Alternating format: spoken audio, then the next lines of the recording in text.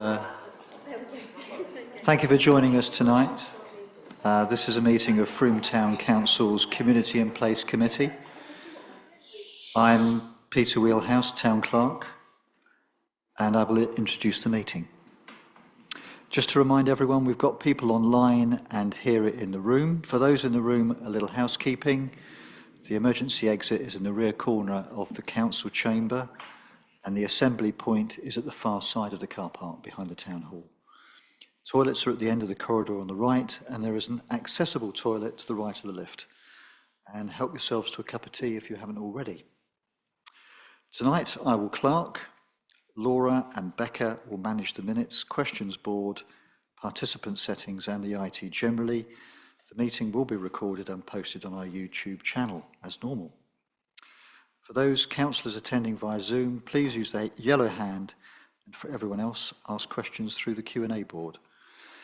First, we need to elect a chair as Carla Collinet is unable to be with us tonight. So do we have any nominations?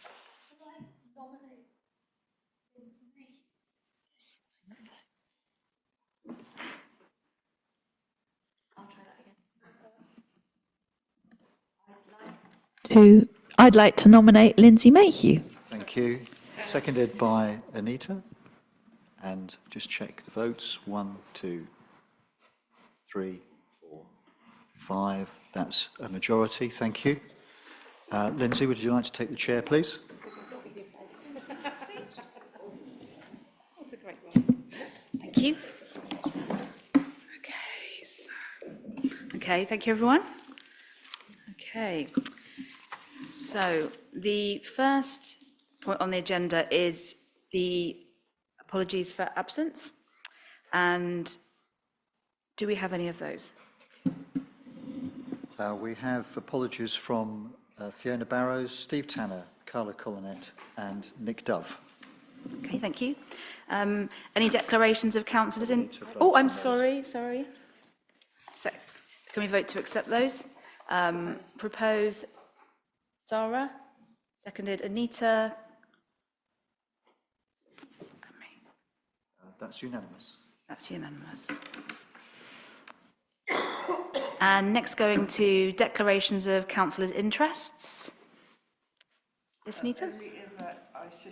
Could you hold the microphone?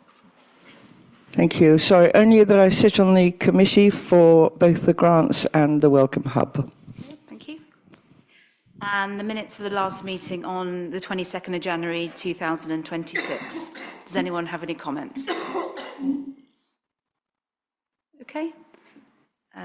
If someone could propose Sarah Butler and seconded Andy Jones.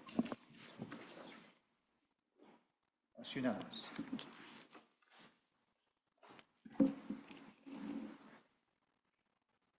Okay, thank you. Do we have any questions or comments from the public or councillors? Hello, Lenka Grimes. Yeah, can I just ask, we discussed the Council of Sanctuary and I'm just wondering when that was going to come to council. Okay. Peter, would you mind answering that? Yeah, we plan for that to come to the June meeting of the council. Full council meeting? Right, yes. Is that like a paper for that and to go to vote? A recommendation. Okay. Yeah. All right. Thank you. Thank you. Anyone else? Okay, thank you. The next agenda item is to approve the objectives of the new Frome Town Council website. So we're going to go over to Rachel Griffin for that.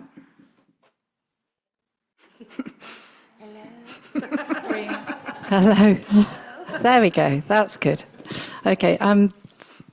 So you do have quite a lot of me tonight. So I am sorry about that. Hopefully we will get the slide going up. Anyway, I'll start and it'll join us when it can. Websites are no longer just the place where we publish information. Effectively, they're the front door to the council and often the only interaction some residents will have with us. They can help shape how people understand what we do, how decisions are made, and how they access support. Also, really importantly, how they get involved. If it's clear and easy to use, then it builds confidence and trust. If it's difficult or out of date, it creates frustration and undermines confidence. Our website already performs a significant operational role. We receive over 15,000 meaningful hits a month where users are actively engaging with the content.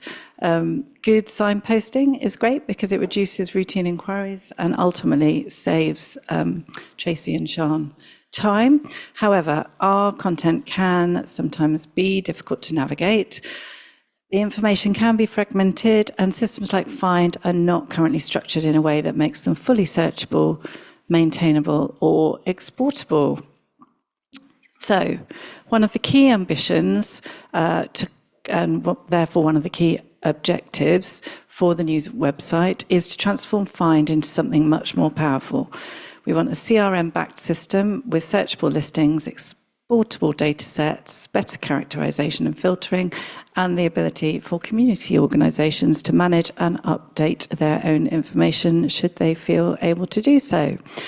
This will hopefully create a much more useful resource both for residents and for us internally. It also will help strengthen visibility of the voluntary and community sector and improve signposting to support. The website also needs to work as a gateway to My Frome. In a town like Frome, obviously participation is incredibly important. So it should be able to make the consultations, projects and opportunities to engage much easier to find and understand. My Frome, as we'll hear later, does do that, but the website is also a portal to that. Without a strong digital gateway, participation risks being limited to those who are already connected. Exactly the same goes for Discover Frome. Better integration with Discover Frome will also allow us to support local businesses, support community events, and reinforce Frome's identity. A modern website can also be an amazing source of insight. Beyond Google Analytics, we'd like to understand what residents are searching for, what support is needed most, where gaps in provision exist. This will help us make better informed decisions. So the objectives, those are all the reasons why we would like a new website. The key objectives, which is what we are agreeing to tonight, are as follows. As you can see on the, to improve access to information, services and support, strengthen transparency and trust, integrate My Frome, create a CRM-backed Find directory, act as a community connector. Oh, there we go. Reduce demand on staff time through better signposting, create a usable database asset, support local economy and town identity, generate insight to inform decisions, and last but very much not least, ensure accessibility and inclusion. Accessibility is a legal requirement and we are compliant at the moment as we are, but obviously we want to do better and be the most accessible website that we can be. There is currently 17,000 allocated in the budget for this, but this is about investing in long-term digital infrastructure rather than simply redesigning web pages. So I hope you'll agree that that's good use of resource. Ultimately, it's just going to move us forward to being a trusted, scalable, future-facing platform that hopefully will just better connect us to residents, to community organisations, and is one of our priorities, being a key to being a bold and effective town council. So that takes us to the any questions? Anne Hills? It's more of a comment and a thank you. I was recently at a digital inclusion summit at Bournemouth University, and I was representing both Frome Town Council and one of the trustees of Donate IT. So thank you for making the site as accessible as it can be, because if you layer on top of people's fear of using digital communication in the first place, or lack of data, or lack of a device. And then if you layer on top of that maybe literacy problems or visual impairment, it's no wonder that some people feel or are digitally excluded. So the more that we can do to include people in our digital communication, the better. But I would also stress that people have a right to be digitally excluded if they choose to.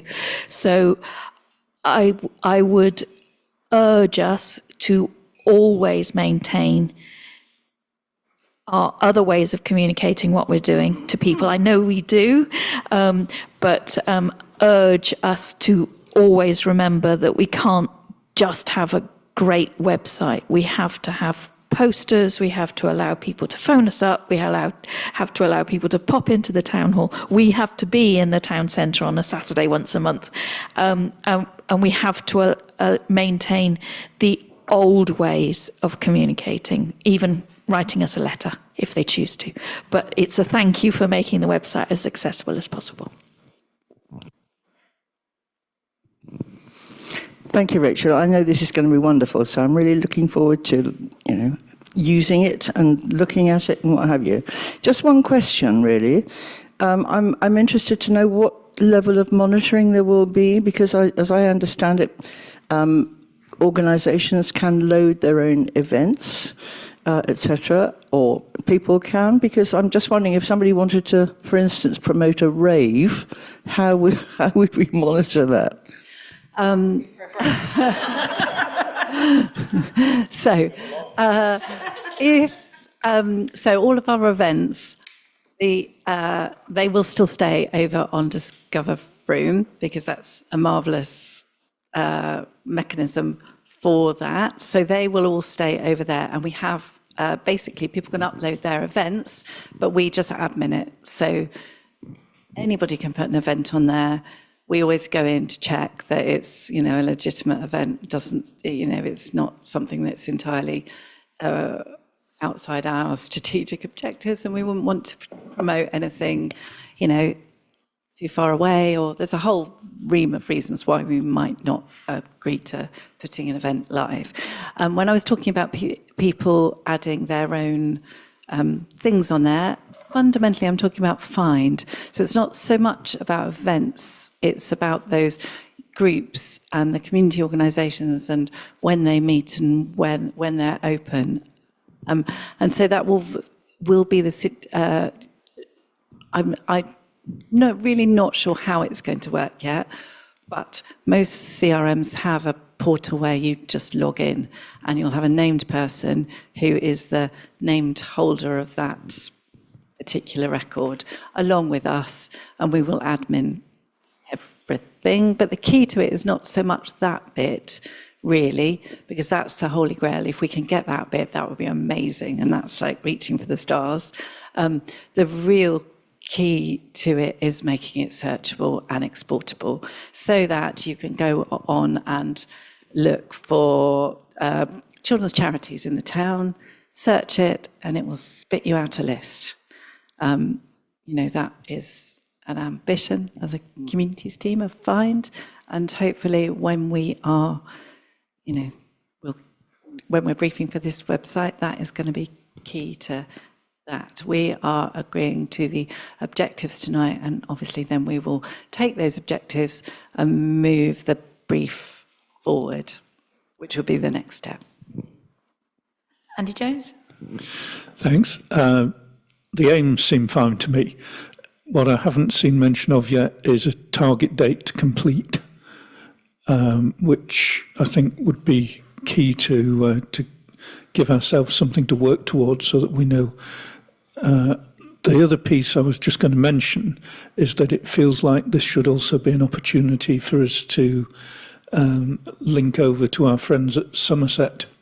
If people are searching for things that relate to services we don't provide. So rather than not providing any information, actually have a link that says, if you're looking for planning applications, you go here. If you're looking for highways, you go here, etc. Yeah, we do already have those on the website at the moment, so those will just be transported across in our report and, I can't remember what it's called, report and something element of the website.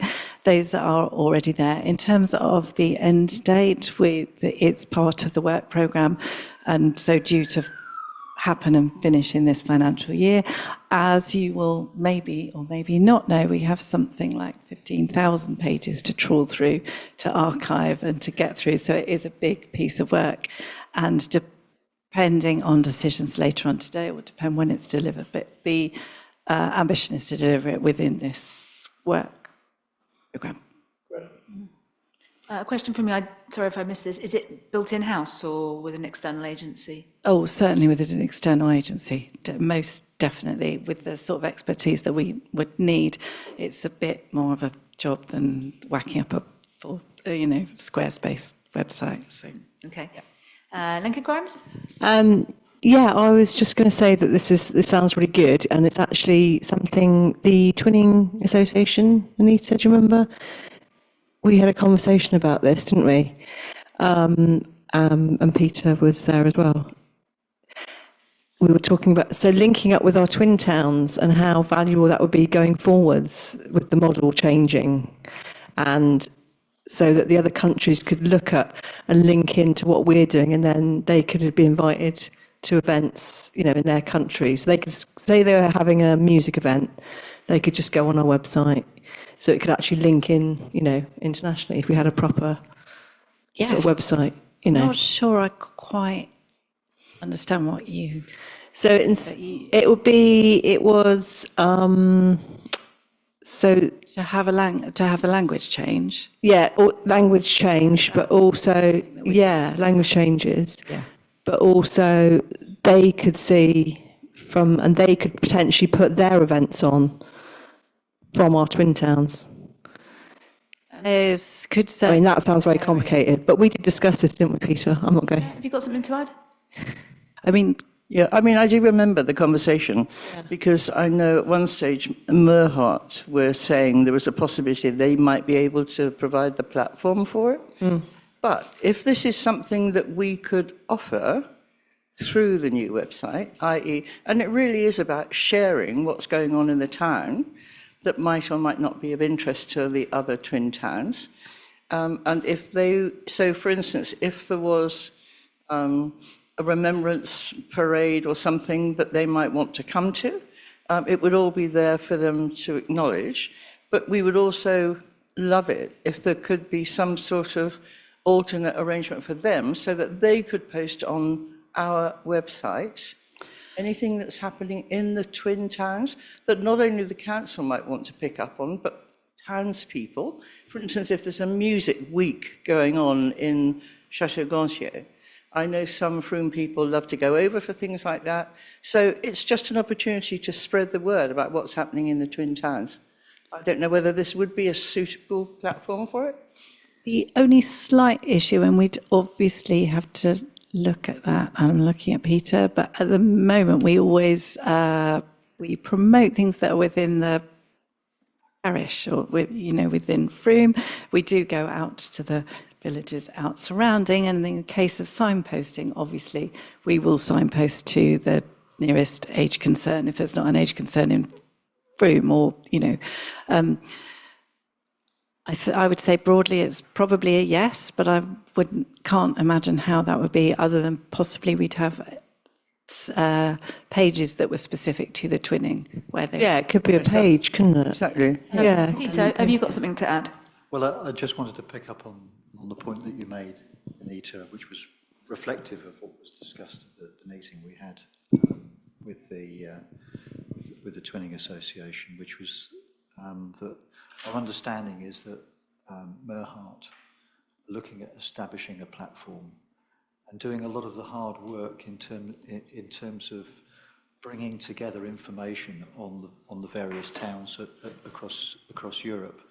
And I guess anything's possible, but I think probably we'd need to link in with Merhart and understand how, you know, what the scope and extent of their platform is going to be, and how we could link into that. So maybe the next step there really is for us to catch up with what Merhart are doing. Yeah. And see how we could link in some way. Yes, and see if there's some sort of embed or if it's on open source software that can be imported in yeah. And that could, inform the brief. It's going to be a case of bringing this to Philip, I think, because as lead counsellor on Twinning, he may be able then to have that discussion with Merhart and see what we can do together. Thanks. Okay, shall we go to the recommendations? Yeah. Yeah. So number 1 is to agree the objectives for the new website. Do we do them separately? Could do them all together. Yeah, we'll do them all together. Number 2 is to delegate authority to the marketing and communication manager in consultation with the leader and the town clerk to develop a brief, oversee the procurement process, and to commission a new website. Can I get someone to propose that? Anita Collier proposed. Tracy Ashford seconded. That's unanimous. Okay, thank you, everyone. Okay, to the next agenda item, which is to ratify decisions taken regarding future events. And this is as a result of the Events Advisory Group, which Rachel has been leading on. So over to you, Rachel. Yes, so this is the oh,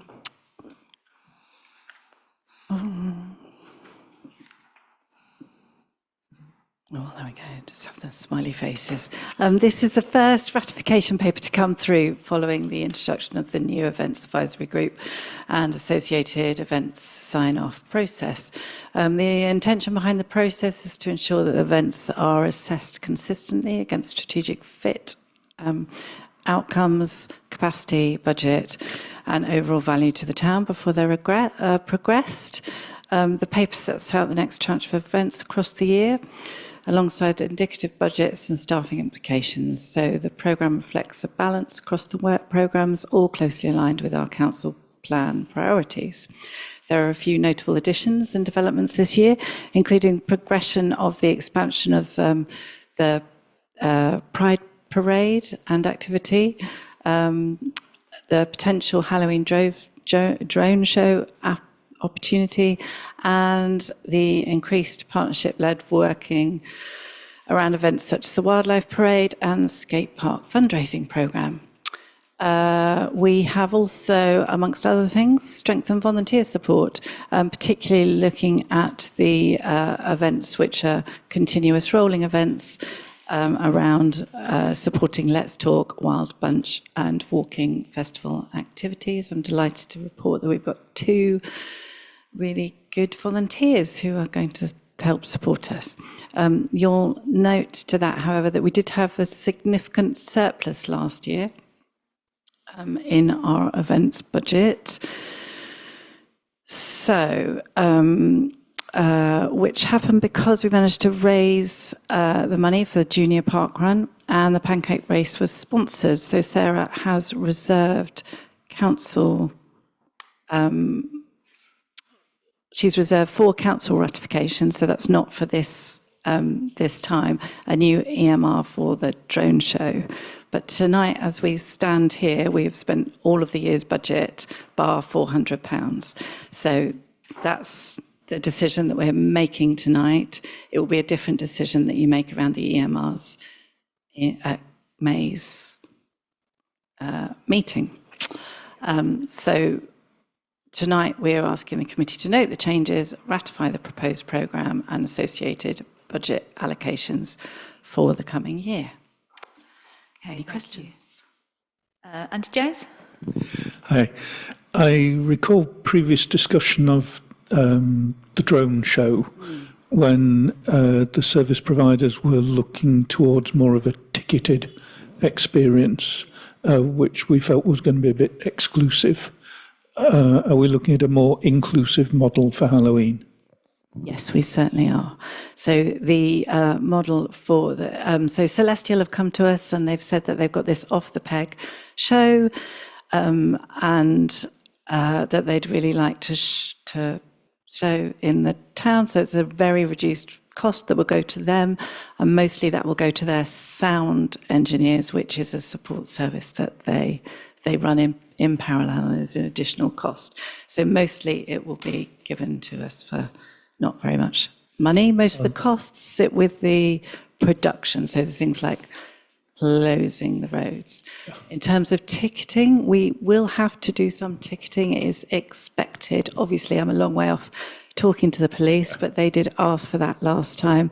So there may be additional things around that, but we would hope and expect that the tickets would be donation only, and we would certainly invite particular groups such as Fairfree, and we would give them tickets in order that you could distribute them as per last time.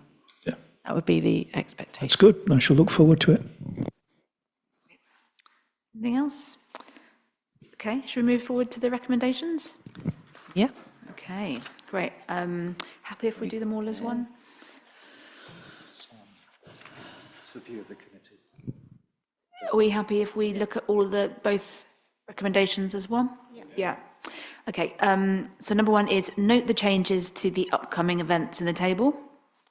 And number two, ratify the additions, changes and budget lines to the programme of events as set out above for the upcoming year. Can I get someone to propose that? Mark Dorrington proposing, Andy Jones seconding. That's unanimous. Great. Brilliant. Look forward to all of those. Okay. So the next item on the agenda is an update on MyFroom and discussion about using the platform to further democracy. Well, I'm really sorry. That is, it is me again. It was supposed to be Miles, but sadly they're not very well. You will be delighted to know, however, that Miles has prepared slides, so you've got something to look at, which is good, and also the notes. So it's their presentation that it's not really me. Imagine I'm Miles. Okay, so MyFroom. We've had 330 people sign up so far, which is a little over 15% of our goal over the 2 years of 2,000 sign-ups, which will be roughly 10% of the adult population of Frome. So we're not doing quite as well as we thought we would be at this stage. Sign-ups have been slower than we thought. You're signing up, are you? Get on it! 330. Yes. We do have, however, a pretty good spread of demographics, with one obvious gap being people under 30. So we need to try harder, go other places, get people signed up. But that is that's the great thing about this platform, is we can find out things like that and go. And of course, we can always ask people in different ways for the information. So we're not putting all our eggs in this basket, just to be clear. But it is very good to be able to measure demographics. 64%, which is really high, of the visits to the site have been from people typing the address into their browser or scanning the QR code. So that's from things that we've left around, rather than from the internet and links, etc., and socials. We know that socials aren't working in the same way that they used to. So that is quite interesting, and means that we just need to be more places with the cards, all of which are downstairs. Please take one when you leave them around the place when you, go about your business. Take them with you. They're very useful to just hand to people. Here we go. So this graphic shows what all the different things that the platform can be used for. We've used a good variety of methods over our first engagement projects on the platform, which are largely around the toilets, ideas for the market yard, play options for the community woodland, and a discussion on culture. We also have open at the moment the Key Centre Listening Fortnight. So it's worth signing up. Sign up, please. Have your say. Good.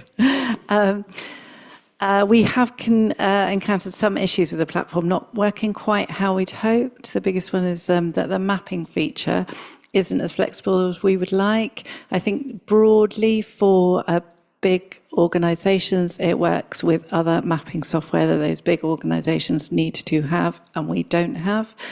So there's work there's quite a few bits and bobs. They're all listed in the paper, you can see. We have found... Could you use the microphone, please, Trace? Thanks. Can you expand just a little bit on what we would like mapping to be at its most efficient? Well, one of the things that is really useful, so Community Woodland is a really good case in point. So Community Woodland, you can see it on a Google map, but what we can't do is place an image of how we would like the woodland to look on a Google map, give it GPS, so therefore you can't go in on MyFrame and click on the specific bit and say, I would really like a woodland feature here. So it's like other software that we would have been used to using beforehand, like the commonplace maps that we were using for some of the engagement around school streets, and before that, the walk, run, cycle. So there are, and this GoFocal was a merging of commonplace. So I think we'd expected that to be a little bit slicker and work easier. Our success manager, Fraser, is pretty responsive and is trying to be helpful. So we are in conversations with him about these issues. As a contract, obviously, we're a really small contract for them. They normally hold really big contracts, but we are trying to leverage in the fact that if we can crack it, then that'll crack it for all of the town councils in all of the country. So hopefully the economies of scale make it worth their while. So it is a work in progress. Here we go. These are the coming soons. We're moving on to a discussion in a minute if we have good ideas about direct democracy. But in the meantime, we're sharing what's coming next. So online activities around the Brunel Green corridor that will complement a lively schedule of in-person activities.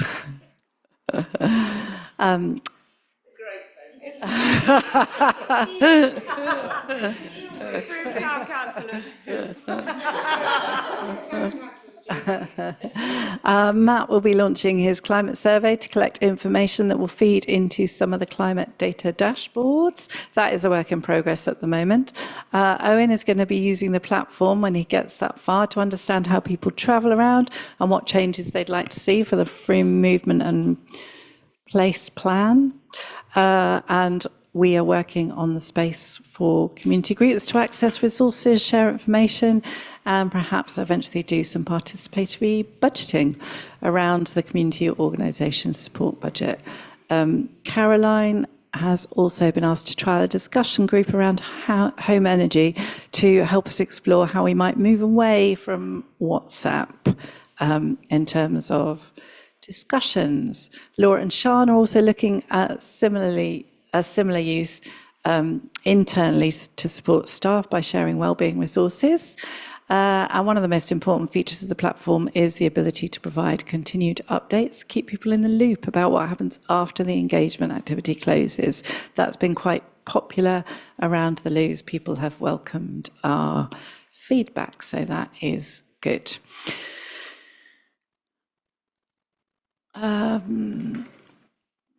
So here are just some considerations for future engagement. As we engage with people on more projects than before, how do we avoid fatigue? This is these are things to think about rather than anything I've got answers for, I'm afraid. We do want to build transparency and trust. So one thing that came up with toilets was that we sometimes use the word vote when we ask people to rank the options, which some people found made it unclear if the ultimate decision lay with us or whether we would go with the most popular option no matter what. So there is something there to learn about making it clear if the public's an advisor or a decider. Just like Brexit. Yes. We've had some opposing views in open discussions on the platform, but we've been really pleased to see that people are being really respectful and open-minded and just about as far away as it's possible to be from Facebook. So that's very good. We may have open discussions about more contentious topics in the future, although what would be more contentious than a toilet, I don't know. So it's important that we continue to create that environment where people are able to express disagreement and consider other points of view. So that will sort of be is a bit of a learning opportunity and just a point to remember. And finally, it is important to bring people along the way with us. So Milk Street Green was a really ace example of where the community was involved in discussing what they wanted in the space and had the opportunity to feed back on the design, and then were able to get their hands in the soil and create the space together. So that is sort of the existing blueprint for how it can be done with the green spaces as we look forward to those.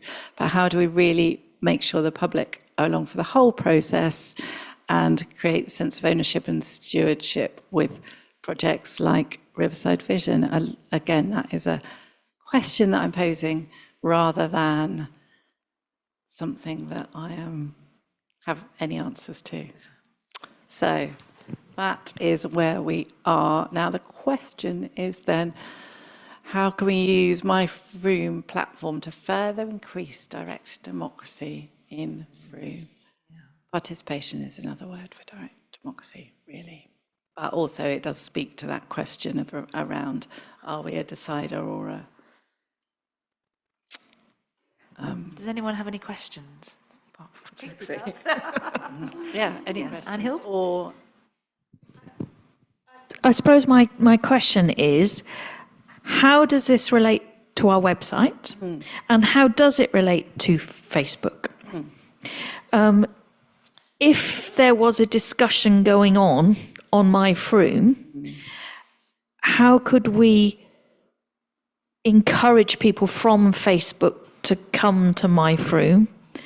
And again, my hobby horse, how do we encourage people who are digitally excluded to take part in this? Otherwise, it's just further exclusion of their voices. so, to be clear, this is not standalone. This is still very much in the package of everything that we do and is very much rooted in engagement and the communities team and going out and talking to people. And although this may be the collection point that it ends up in, it is one of the things we have got a little bit of an issue about, is how to get that data that we learn when we're out and about into the platform. So the best way to think about it is more of a collator. So, for example, when we're talking about the toilets, even though we would put on the on Facebook, direct people to come over to my Frome, they would still want to have put their comments on the thread. So because it's still early days, we did quite a diligent job of copying and pasting and sticking them in and sucking them up, and then definitely with the in-person engagement, that was all fed into the back end of my Frome, and then what it produced was what it produced. So very much it's a portal, a holder of that information rather than a tool on its own. How do we encourage people over there is we really make it meaningful and make it count. So one of the things that, one of the questions or the posing is there something that maybe we could do that would serve as a decider. So people would know that the decision is being made on my Froome. Now we're going to trial that, aren't we, with some community organisation, in a very small ways to see how that works. Because obviously we don't want to make something that's too impossible. But that's the key to it, is making it meaningful, but also the value in the communicating the value of being signed up and then getting responses, or you've indicated that you're interested in X, Y, Z, and this is how you're going to be kept up to date. And I think that is the key, perhaps, that someone contributes, participates via My Froome, and they actually see an action coming out of their contribution. And I think that's what's going to engender trust and further participation. They can actually see if they're making a difference. Yes. And it's not just Yes. doing a survey. Yes, I think that's it. We've done quite a lot of doing surveys, although, Miles has made it look really interesting and tried out lots of different varieties and ways of doing that and inhabiting that. It's still doing a survey, so yeah. I think it's a chicken and egg thing, isn't it? Because getting people to recognise that participating makes a difference will encourage people to participate. Yeah. But until you've got, significantly more than 300 people signed up, Yeah. we shouldn't be saying this is the voice of Froome. Yeah. So I'm wary of talking about direct democracy in that sense. Yeah. But I think there's something I just picked up in that last conversation about starting to publicise the stories of, Fred contributed this thought, we were able to take that and run with it, and this is the result of it. Yeah. So once you can start putting those sort of stories in the Froome Times or something, then you might get greater participation. But I'm very wary of us looking for direct democracy when we've only got a user base of 300.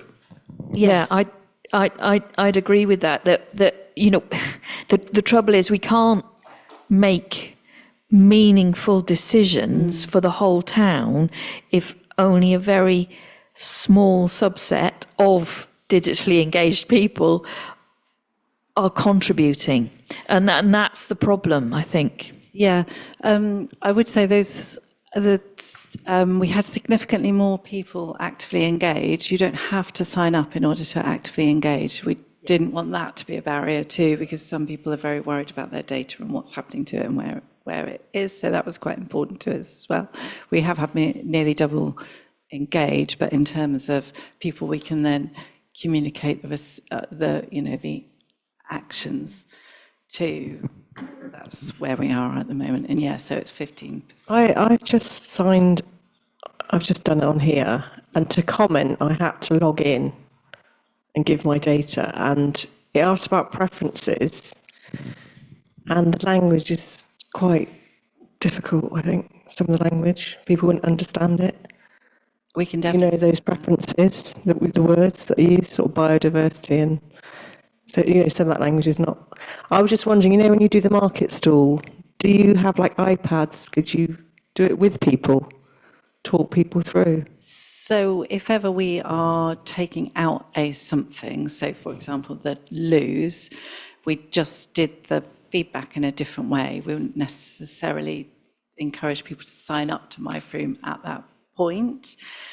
When it comes to the skate jam on Saturday, we actually will have iPads with us to encourage people, because actually we're not trying to do the thing there. We're trying to say to people that actually, if they connect with us, this is how they can hear more about the project as it goes along. But yes, it's a work in progress. We're going to have to keep. Okay, question from Peter. Just picking up on the point that Anne was making, that people like to know that through their participation, that will influence future decision making. I'm just wondering what facility there already is or may be in the future for letting people know what the next step is in the decision making process. So once you have gone on to the platform, it's very clear what stage you are at of the decision making. So Right. as part of loading up the project, you put the project in, you decide how you're going to do your project, and then you can see the stages. So for example, the toilets has the engagement element closed, and it's been to a decision, and with there are next steps, and then there's been an email out to people telling them that decision what that decision is and what will happen next. So it's really easy once people have signed up for them to see. That's a bit that is the revolutionary reason to sign up and stay involved. That's great. I mean, that makes it very clear, doesn't it, to anyone who's taking part. Are there any learnings from other towns that have used the platform or similar platforms about engagement? No, there are not, because we are the first. Oh, yeah. So that's good. Yeah, so that does make it slightly, splashing around in the dark a bit, but, we're learning as we're going. And Miles is trying to capture some of that as well. And we're trying to, as I said, make that usable for Go Vocal, so that there's something in it for them to fix our thorny problems. Because I am sure that we've got issues that other larger organisations, because they're not going to be looking in such minute detail. Just a quick one, and picking up on Lenka's point about the language used. Yeah. Is there a way for people to provide sort of feedback on a page or something like that? So if Lenka sees something and says, "Oh, really, rather than using biodiversity, you should use nature." Yeah, so it is part of our next steps is to have we thought we'd have it open for 6 months, and then we'd have a how are we doing thing. But actually, if you think we could do that, we should do that right now. There's no reason not to. What we didn't want to be doing is keep asking people how we're doing. Oh, yeah. I'm just thinking a lot of web pages do have a sort of feedback button at the bottom that goes back to the page administrator. So if you spot some, if one of us happens to spot some bad grammar, Sarah, for example. Yeah. Count me in. Yeah. You have to sign up first. Anyone else? Okay. Anything else to add, Rachel? That's it. Great. Okay. Thank you. That was useful discussion. Okay. We're going to move on to the next agenda item, which is to ratify the decisions taken by the Grants Committee. So, And sadly, this isn't Rachel that's presenting this one. This is down to me and Hannah to talk you through briefly. So,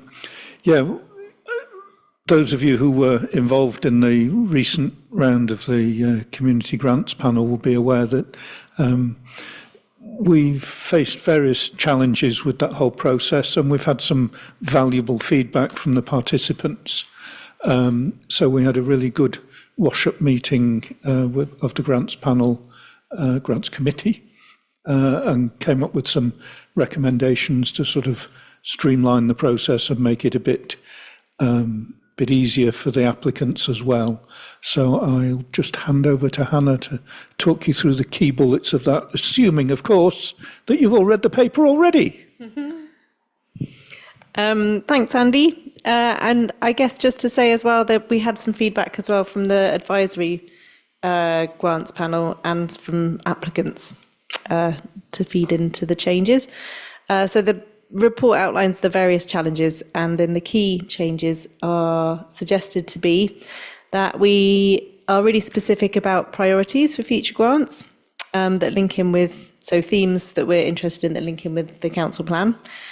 we're going to introduce an expressions of interest stage, so a very brief invitation for groups to make a sort of suggested application and give ourselves enough time to have a sort of triaging stage where the communities team can work with groups to either pair them up with other people or make recommendations or offer the kind of advice that needs that bit of time. We are suggesting that they are held once a year rather than twice. And the risk of oversubscription that might pose a threat for would be mitigated by the fact that the expressions of interest stage would help filter things through. But also, in the March Council meeting, we agreed to repeat the Young People's Participatory Grant Making Programme, and that would be in the same time frame. So that would be open in December and close in January. So that would stagger the options for some groups.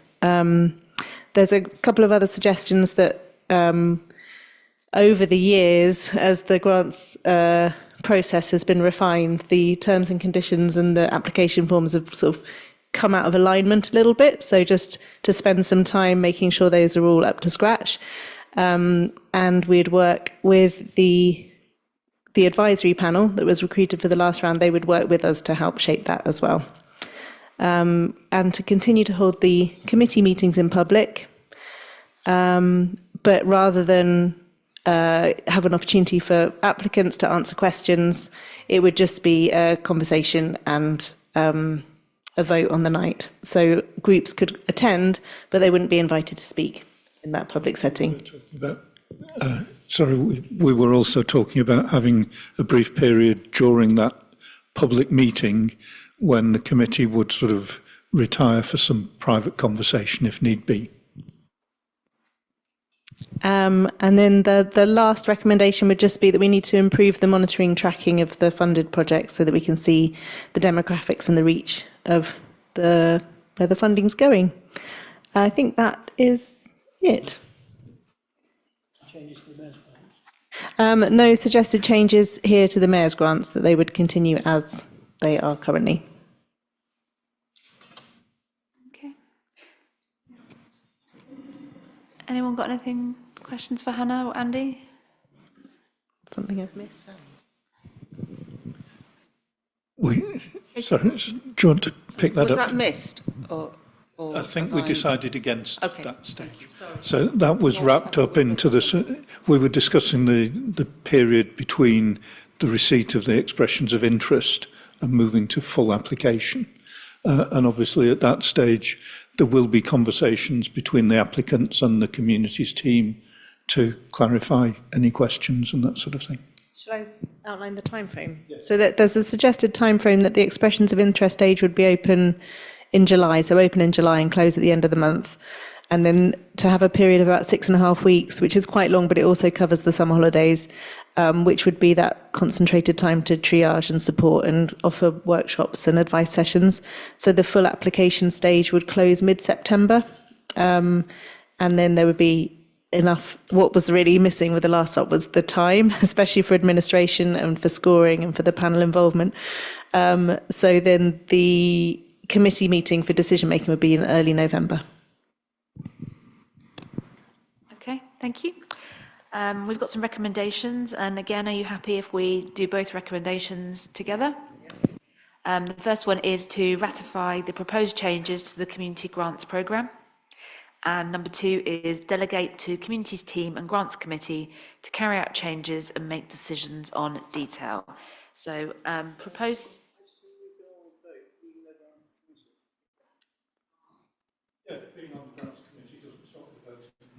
Agreed. Okay. Okay, so proposer Mark Dorrington, seconded Anne Hills. That's unanimous. Okay, thank you, everyone. Okay, now the next agenda item, we've got an update on the Welcome Hub. Welcome to the Community in Place Committee. Would you like to introduce yourself and tell us a little bit what you're going to be talking about? Yeah, good evening. My name is Irina Ladizhinska and I'm Welcome Hub Advice Officer. And I would like to provide an update on the Welcome Hub. So the Welcome Hub in Frome was opened on the 10th of October in 2022. And it was one of the 6 welcome hubs in Somerset. And the hub is run by Frome Town Council in partnership with Somerset Council and the Cheris Refugees. And it was this model worked till June of 2025. Since July 2025, we are one of the 6 hubs run in association with Thrive, the Community Council for Somerset, and its Somerset-wide initiative, which was Welcome to All program, which was launched in 2025 to support displaced people. So the Welcome Hub is a key point for refugees and displaced people, and they come to us with different inquiries, and we provide support and signposts to national and regional agencies for further support. And we also provide English language learning opportunities for displaced people. And we also offer a wide range of support activity events for our clients. And our ultimate aim is for the members of the displaced community to feel integrated, welcome into town, to settle and live happy and healthy lives. Next slide, please, Becca. So since 2022, we supported 232 displaced people. 88 of them moved to other regions of the UK, relocated to other countries, or returned to their home country. We are currently supporting actually 145 people. We had new arrival last week. So it's 88 adults, 57 children aged 18 years old, and actually one family is expecting a new baby this month. So yeah, there is a little bit of statistics. The majority of our clients are from Ukraine. It's 83% of displaced people. And 77% of our clients are employed, with the employment rate amongst Ukrainians is 83%, which is, I think, quite high. And people want like to find a job, want to work, and to be less dependent upon benefits. So that's our like ultimate aim. Next slide, please. And of course, we can't support people without our key partners. Frome Welcome Refugees, Fair Frome, Donate and Tea, and just you can have a look at all these amazing partners. And Fair Frome supported us with food referrals, furniture bank referrals, supported our clients with school uniforms, gave Christmas presents to children, and lots of other stuff. And we also encourage our clients to register with Community Pantry, which is also like a sign of more independence. And of course, Frome Welcome Refugees, Claire Hine is one of like biggest supporters. Frome Welcome Refugees group supported refugees from Eritrea and Syria, and in 2022 supported Ukrainians and their sponsors. And actually they still continue supporting all our displaced community with funds which were raised in 2022 by Frome Town Council and Rotary. And these funds are used for supporting with like welcome payments, cash for newly arrived people. When people move into their rented accommodation for the first time, there is also some financial support, and again, support with school uniforms, travels to medical appointments for some people, like in RUH or Shepton Mallet. Also, unexpected hardships and events, particularly for children. Donate IT donated, actually, I put in this paper 11, but again, changes 12 laptops so far, phones, SIM cards. Terrestrial provided an amazing fireside gathering with storytelling, and there was an amazing workshops conducted by actually a member of Ukrainian community, 6 weeks arts and craft session. And then there was a refugee picnic, and people wore all those costumes, masks which were designed and made during these workshops. And the active members of these workshops were taken to Stonehenge by terrestrial. Also, Purple Elephants, Caravanats, Super Roots offered amazing activities for children. Somerset Charity Prodigal Bikes donated 24 refurbished bicycles, and From Welcome Refugees funded the puncture kits and helmets, which is like, I think, amazing thing. Again, Charity School in a Bag, they always offer backpacks which are filled with different school items like notebooks, pencils, etc. Huge. Rotary Club support gave us presents in 2022 and then donated tickets to Christmas musical and pantomime. And amazing offer from MRI's company. It seems to me since 2023 till our last visit to the theatre was actually this Friday. Mallory Towers, just amazing performances and people like them so much. That's just, I think, amazing offer and partnership of different communities. And New Old Friends Theatre Company also donated many tickets to Crime Against Christmas, last year. I think that's a great example of partnership of different organizations and communities. Next slide, please. And we encourage our people to take active part in events, and this is like pictures from events our clients took part in. It was planting trees, weeding, mulching at the old show field 3 years in a row. Multicultural festival, people are happy to take part in them and show culture from their countries. Community flag project in 2023, Christmas lights switch on in 2023, Winter Wonderland, From Carnival, From Kindness Festival, community woodland planting this year. Many people took part in it, just were very happy. Next slide.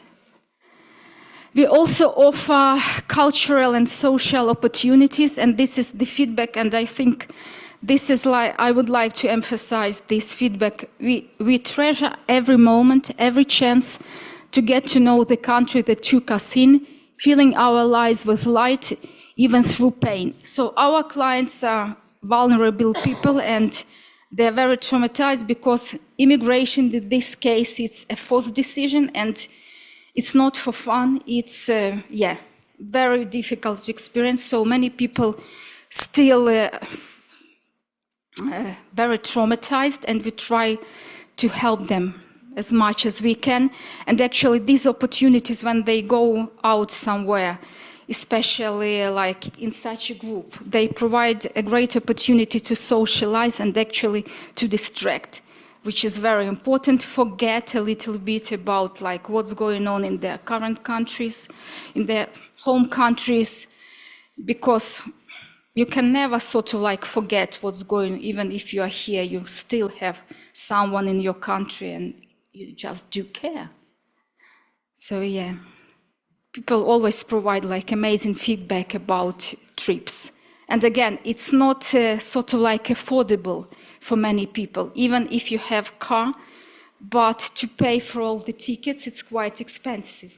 So it's a great opportunity to go somewhere and socialize and actually learn the country. And the country is amazing and people impressed by the beauty. Next slide, please. Becca. Also, we offer well-being support and mental health support. We have arts and crafts sessions with a well-being practitioner. They run, from practitioner from Miden Somerset, and actually Miden Somerset is one of the key partners who provide like well-being support along with Delumis, SASP, and Trauma Foundation Southwest, and we can refer people to these services if there is a need. Also, a company called Land Food Medicine offered us 2 times 6-week well-being projects, and there is a picture from one of them. and 2 one-day retreats. And again, the feedback was amazing. It helps people to forget, just to distract and to socialize. Just an amazing opportunity. Yeah. And these workshops are great for people to come together, to talk and to relax a little bit. And we also offer ESOL opportunities for people since 2022. We supported 42 displaced people with English language learning opportunities. There were 22 volunteers, residents of Room and villages, and currently we have 7 active volunteers who support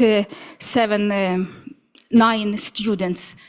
And local and national reports show that poor knowledge of English is a key barrier to employment, integration. That's why we try to support as much as possible and encourage them to take these classes in order for them to be more confident and improve their skills, which will lead to better job opportunities and more opportunities to socialize, not to feel lonely, probably, yeah.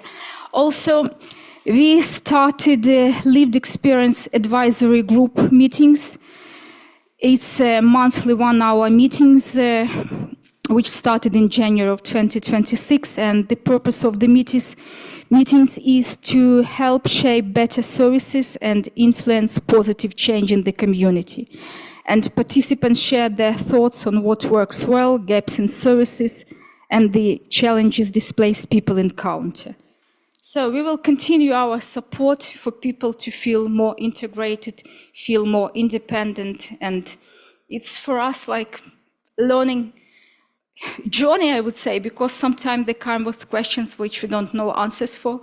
So we educate ourselves and try to help them. If we can't, we signpost to the services.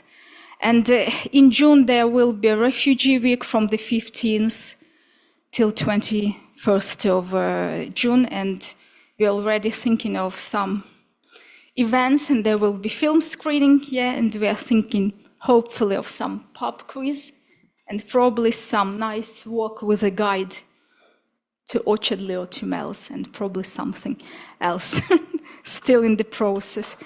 So I would like to express our,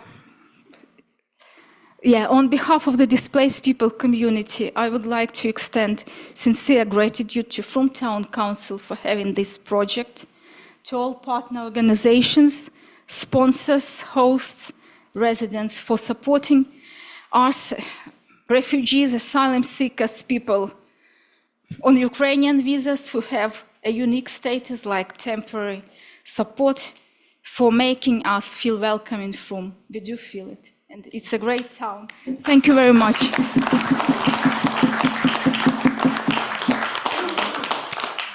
Thank you so much. That was just wonderful to hear all the things that are going on. And thank you for everything you're doing. Thank you. Any questions if you have? Any questions or comments? Yeah, thank you. It's brilliant. Thank you, Irina. Oh, that's quite a lot emotional, wasn't it, to hear all of that? Now we've got, I'm sorry. Steve. Hello, Steve. Hi. Is it a question or is it onto your next agenda piece? No. Yeah, great. Just coughing into the microphone. Oh, I wasn't sure if you had a question. He was getting ready. He was warming up his voice. Okay, so next you've got a update by Steve MacArthur from the Cheese and Grain on the Cheese and Grain Resilience Project. Well, I've taken it as broadly as resilience, actually. And if you can take this away. Could you use your microphone, please, Steve? Yeah, okay. Sorry, I'll hand those out. You hand those out, I'll use the microphone. So in terms of resilience, we've always had a resilience strategy, which is reviewed by the board every year. But we added this year a whole new section on climate. which I'll come to in a minute. It's probably our main concern on our main unresolved issues sit with there.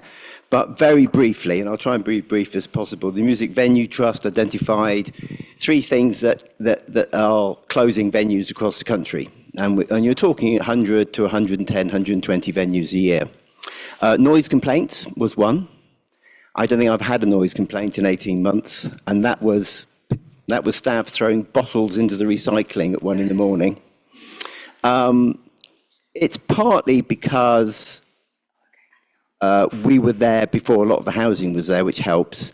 It's partly because we spend a lot of time, make a big effort to have a good relations with our neighbours. Lots of our neighbours are members of our charitable association.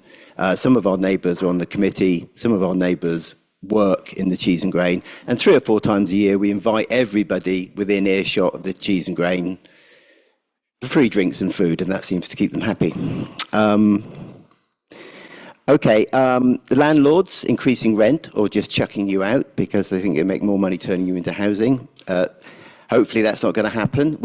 You're our landlord, so you can tell me if that's a resilience issue or not. And then there's taxes, especially business taxes, but we largely get around that one by having by being a charity. So we get an 80% statute discount, 15% additional discount on top of that. So I'm not sure Somerset know they're doing that. So I think we've we identified the main threats, knocked them on the head. There's some things which you can't do much about. COVID is one of them. Although what saw us through COVID was that we bond our ticket income. So if you buy a ticket to a gig at the Cheese and Grain, that money goes into a third place. It sits there until the gig happens. And only then is it dispersed between us and the promoter and the band and so on. That meant that we were able, anyone who wanted their money back, we could easily give it to them.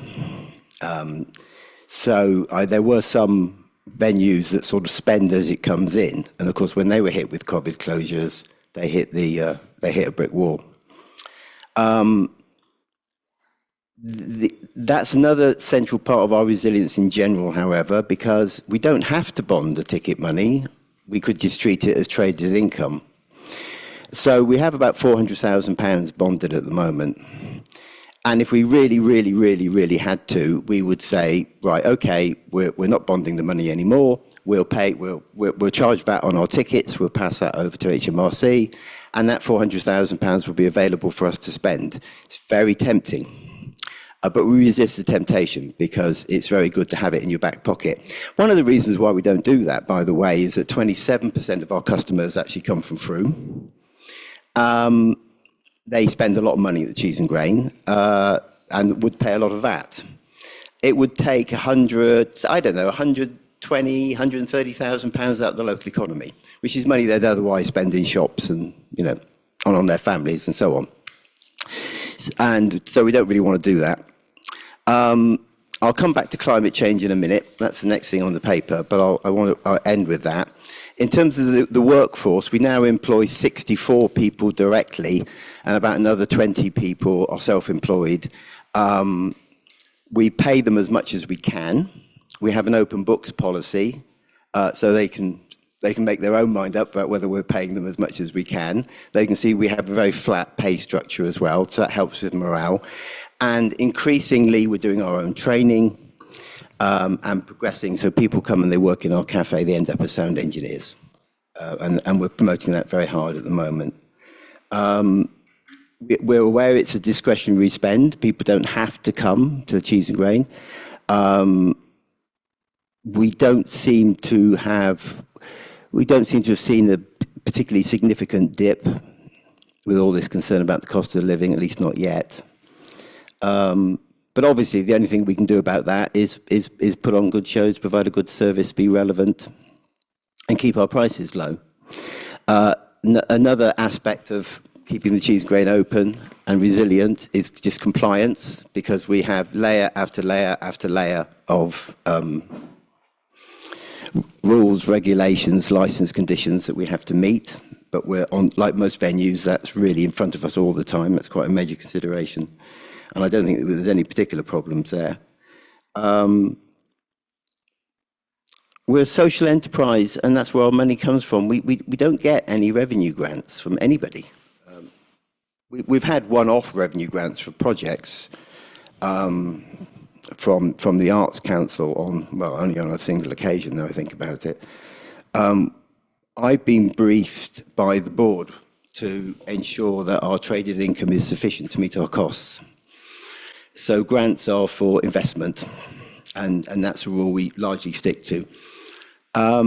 It's quite a harsh discipline. It makes us more commercial than I'm sometimes personally comfortable with. But it does mean we're not going to close because someone's cutting our grant. And I don't have to look over my shoulder and worry about what local authorities think, what the Arts Council think, or what funders think. And some venues now are coming under considerable pressure about what they can and cannot put on. And that comes from lots of different directions. But at the Cheese and Grain, we try to be apolitical, and we put a big spread of things on, big spread of opinions, and so on. So far, that's not really been an issue.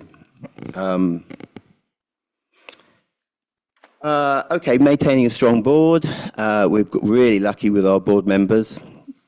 Very able. Sarah's nodding. Sarah's nodding away. Digital security. We spend a lot of money on digital security. I mean, I say a lot of money, I mean 20,000 a year or something, which you have to do these days. We also sell our tickets through Spectrix. So if Spectrix were hacked, it would be mostly their problem. And there are safeguards. Safeguarding, we obviously that's always a potential vulnerability.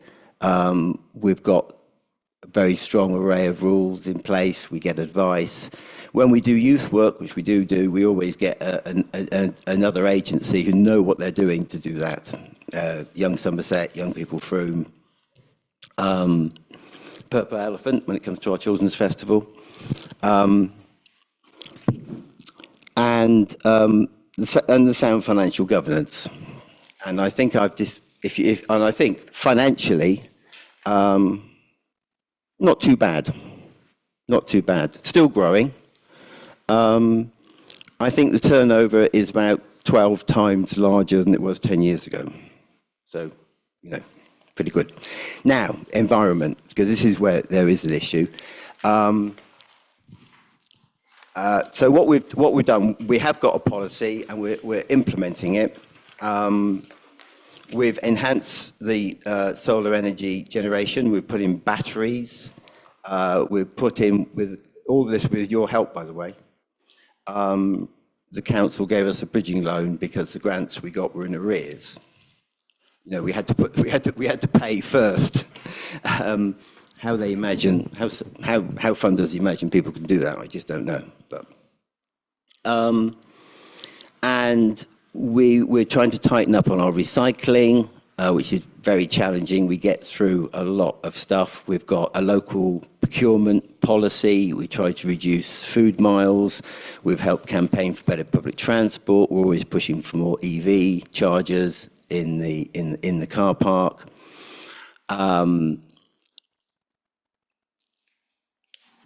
But warmer times are really hitting us already. So if you come to a sellout stand-up gig in June or July at the Cheese and Grain, you'll see people fainting and, you know, gasping for air. It gets very hot. Now, gigs are supposed to be pretty hot. It's part of the thing, but not that hot. The ventilation system we've got was introduced after the COVID closures and was designed to, well, it pulls in air from outside. It does it very efficiently, very effectively. Within 6 minutes, we can replace all the air in that big hall. We suck it out one side and suck it in the other, which is fine in terms of, you know, avoiding infection.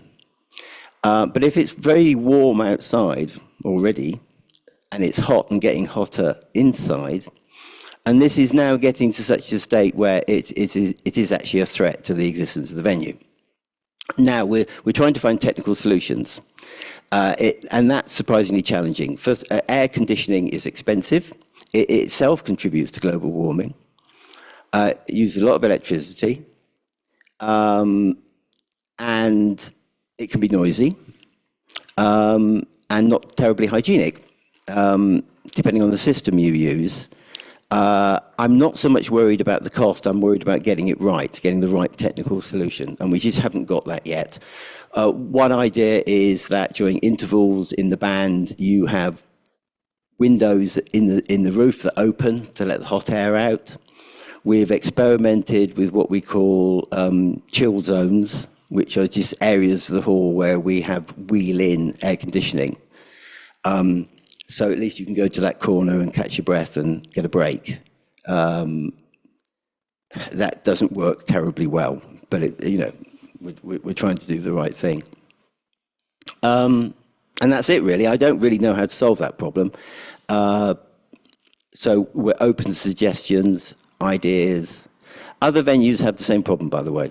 It's not new at all. And of course, in the winter, we have the opposite problem of keeping people warm. And we have the problem of keeping people warm, avoiding using dirty energy. And it's very difficult to heat whole halls. At the moment, our only heating system, I don't think this will close us, like it being too hot might. It's inconvenient. I think the main problem with the way we heat the hall at the moment is uses gas. It's convector heat. It heats you, not the air, because heating rooms with huge, great high ceilings is almost impossible. So our problems are technical at the moment more than anything else. Any questions? Okay. Okay, Peter, do you want to just make a quick comment to Steve on that? Yeah, Steve, thanks very much for your presentation. And I think there's a lot going on to try and improve the resilience of the cheese and grain, which is great to hear.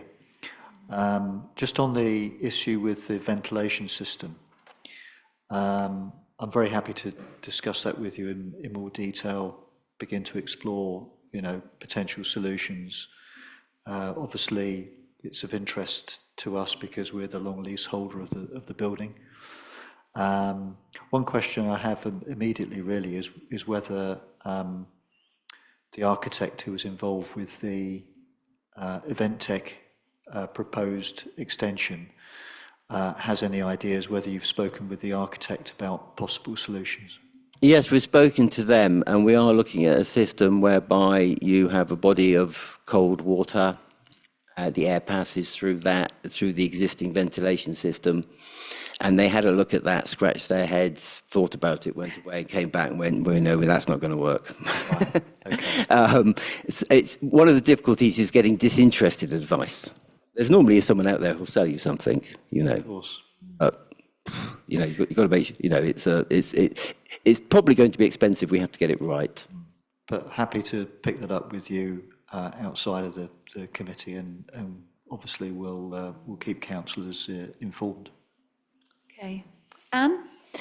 Hi, thank you. There was an article in the paper, it happens to be The Guardian, just yesterday that said that 1 in 4 late night venues went out of business between 2020 and 2025. And I suppose that comes under your force majeure. It's the outside influences of things like younger people shunning alcohol. And maybe going to the gym instead of going to somewhere where they're going to be drinking alcohol. And I suppose one way of that you are more resilient is it's not just a nighttime economy place; it's a daytime place as well. But I don't know how you counter that. But it's the effect of the whole economy of people choosing not to go out anymore, and how do you counter that? I mean, you've mentioned by having really great events that tempt people out, but it's how do you counter that bigger, wider economy? I saw that article and I picked it up, and it is that they are talking about nightclubs, though. They're talking about late night, and we're not a late night venue, actually. We very, very, very rarely, 6-7 times a year, go beyond midnight, which also our neighbours like, of course. But also, there's young people drinking less, and I think that's true, and that's probably a good thing, and maybe going out less, and having less money. But about 55% of our ticket buying audience are over the age of 55. I remember that because the numbers are so similar. And in fact, the biggest single, if you do it decade by decade, it's actually 50 to 60-year-olds who make up, they're the largest contingent in our footfall.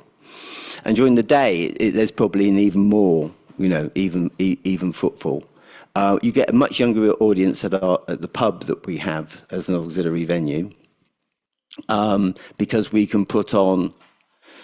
The thing about Froome is I'm sometimes embarrassed by our program. You have to put on stuff that people are going to like, and if you try to put on challenging music that people haven't heard before, you're going to get a very small door.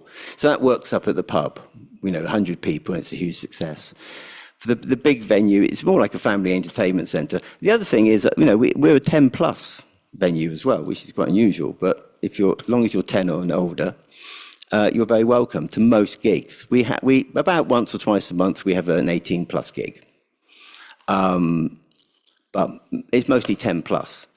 And half our hospitality company figures on here, but our hospitality company turns over about £1 million a year, and half of that is the cafe. So that's daytime. But yeah, you're right. You do lots and lots, and the studio's pulling in 100K. So you do lots of different things, and that's the trick. I don't mind people drinking less. Actually, it's really not a big problem. We don't like dealing with drunks anyway, and we're supposed to be a charity, and here we are giving the good people a room cirrhosis of the liver. It's not ideal. I did ask you about your trees. Actually, we're going to plant a tree every time we have it as part of our carbon reduction. We're going to plant a tree every time we have a sellout gig, but we need people who really like planting trees to plant the trees for us. So we'll supply the trees, but we just need people to plant them for us. And that's about 25, 30 trees a year or something. Where do those trees get planted, Stu? When? Where? Whereabouts? Oh, I don't know. Silly question. No, that's why. The Cheese and Green car park. No, that's why we need help. We want to plant them somewhere, and we don't want to put whips in. We want to put in shoulder height, reasonable trees. Yeah, and we just want to find a good locations to put them in where they'll be safe and they'll thrive.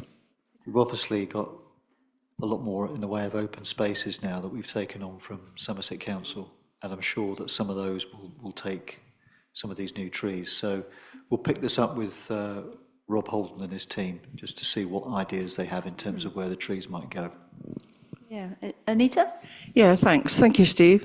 I just wondered with things like if you do get antisocial behaviour, whether that's during the day or at night, is it the staff who are meant to deal with that, or do you have somebody specific on site that you can call on?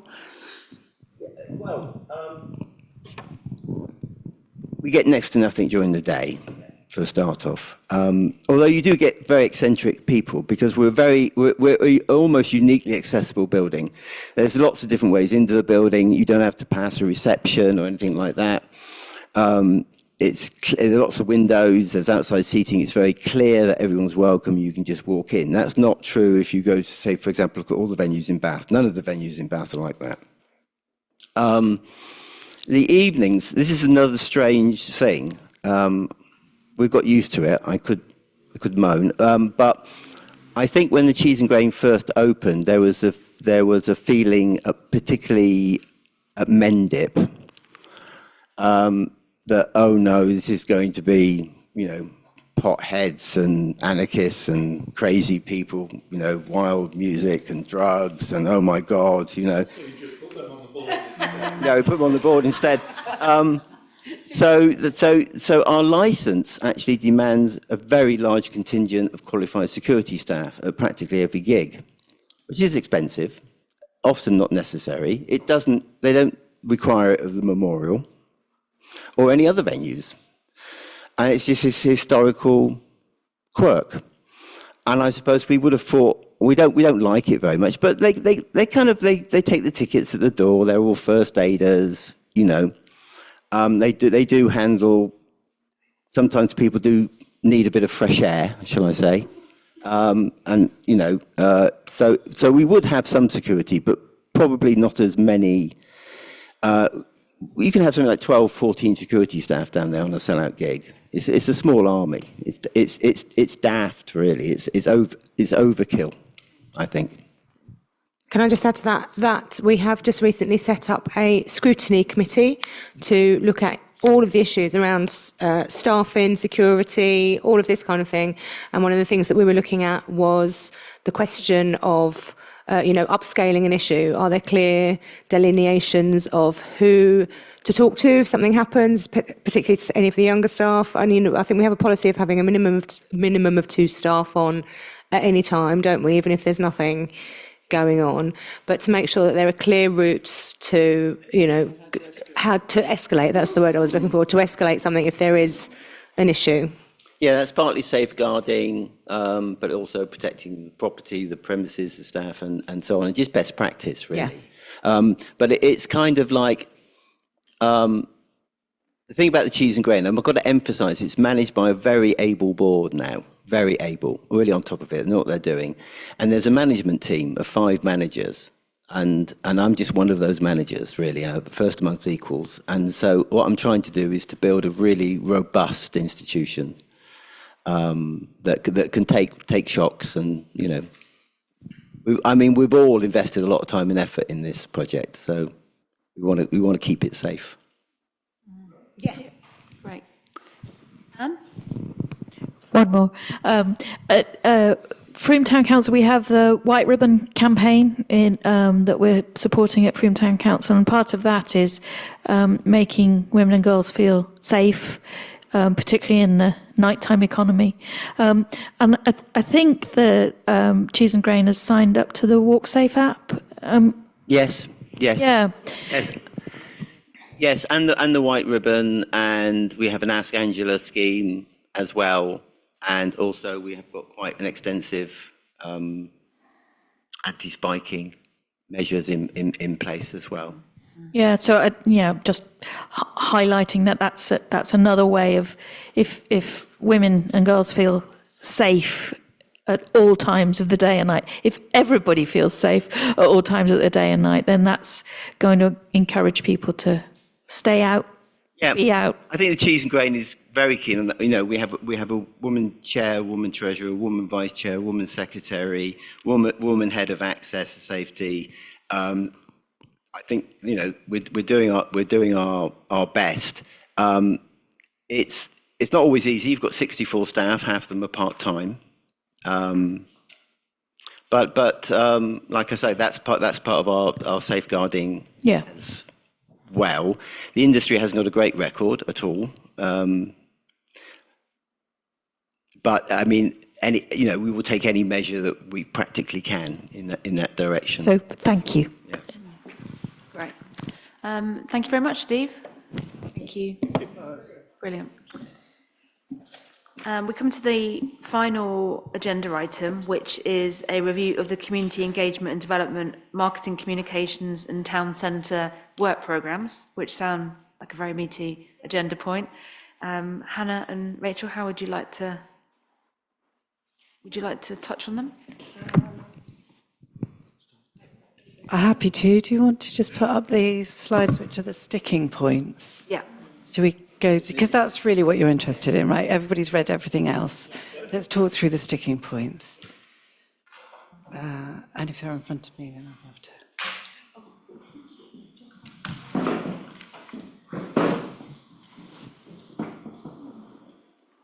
Sorry, we haven't presented this one before, I don't think, have we?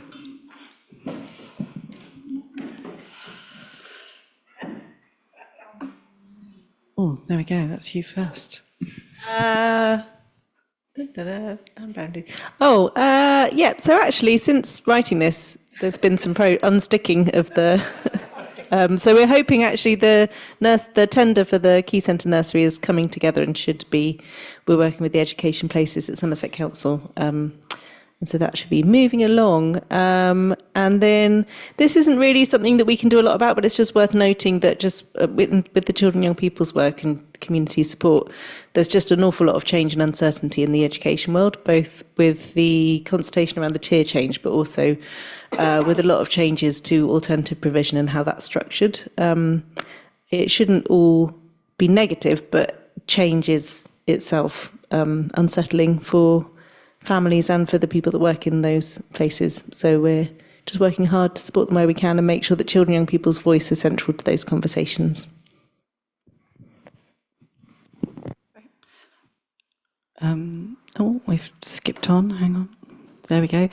So our sticking point for the last quarter, which is what we're reporting from really, was that March was really bonkers. We had a lot on, a lot of balls in the air at a lot of time. However, happy to report that Mars has been doing their additional hours, and that's really helped alleviate that. So that really was our major sticking point in that work stream. Moving on to the town centre. So this is from Katie's perspective as well. We have had so much issues with fly posting on public and private property all over the place. It's been really, really challenging, particularly for Mike. Somerset now aren't clearing anything up, it seems to me, in terms of fly posting or graffiti, so that is all down to us. We've done various resets, a big one just after the school holidays. Generally, it's always worse in the holidays, and then when we come back from the holidays, Mike's just done a big reset. Graffiti is just persistent across the town. We had a town centre meeting yesterday. The police came. It's one of those things, ebbs and flows. Shoplifting is on the decline at the moment because various people are away, various persistent offenders.